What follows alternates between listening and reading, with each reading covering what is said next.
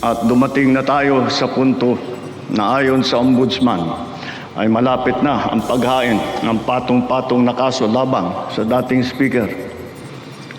Masakit man sa akin ito, ngunit kailangan nating gawin ang tama. Hinihingi na ng Office of the Ombudsman ang sagot ni dating House Speaker at Leyte 1st District Representative Martin Romualdez, dating Ako Bicol Party List Representative Zaldico at iba pa nilang kapwa respondent para sa mga reklamong plunder, direct at indirect bribery, graft at money laundering laban sa mga ito, kaugnayan ng mga sinasabing irregularidad sa ilang flood control project. Ayon kay Assistant Ombudsman Miko Clavano, naglabas na ng kautusan ang preliminary investigation team para dito.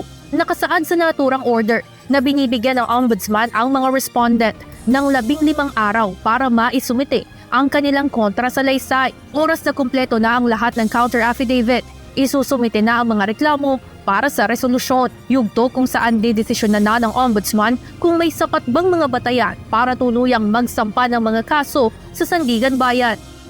Kahapon, hindi na nagpaligoy-ligoy si Pangulong Ferdinand Marcos Jr. sa kanyang State of the Nation address kung saan una niyang iniulat ang mga kasalukuyang investigasyon sa flood control scandal kung saan dawit ang mga matataas na opisyal ng gobyerno maging mga mambabata.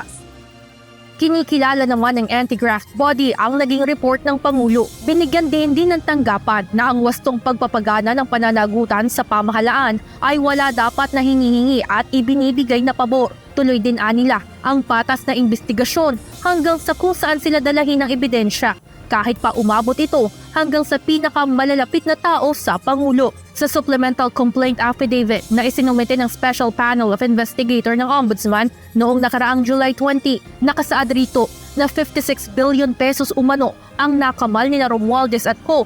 Batay na rin sa mga testimonya ng iba pang testigo sa hatiran ng mga maletang naglalaman ng milyon-milyong halaga ng pera. Kahapon matapos ang sona ng Pangulo, naglabas ng pahayag si Congressman Romualdez at nanindigang walang ginawang anumang labag sa batas at kaya niya itong patunayan. Hinihingi pa ng UNTV ang panig ni Romualdez patungkol sa hinihinging counter affidavit ng Office of the Ombudsman mula rito. Evan Alvarez, UNTV News and Rescue.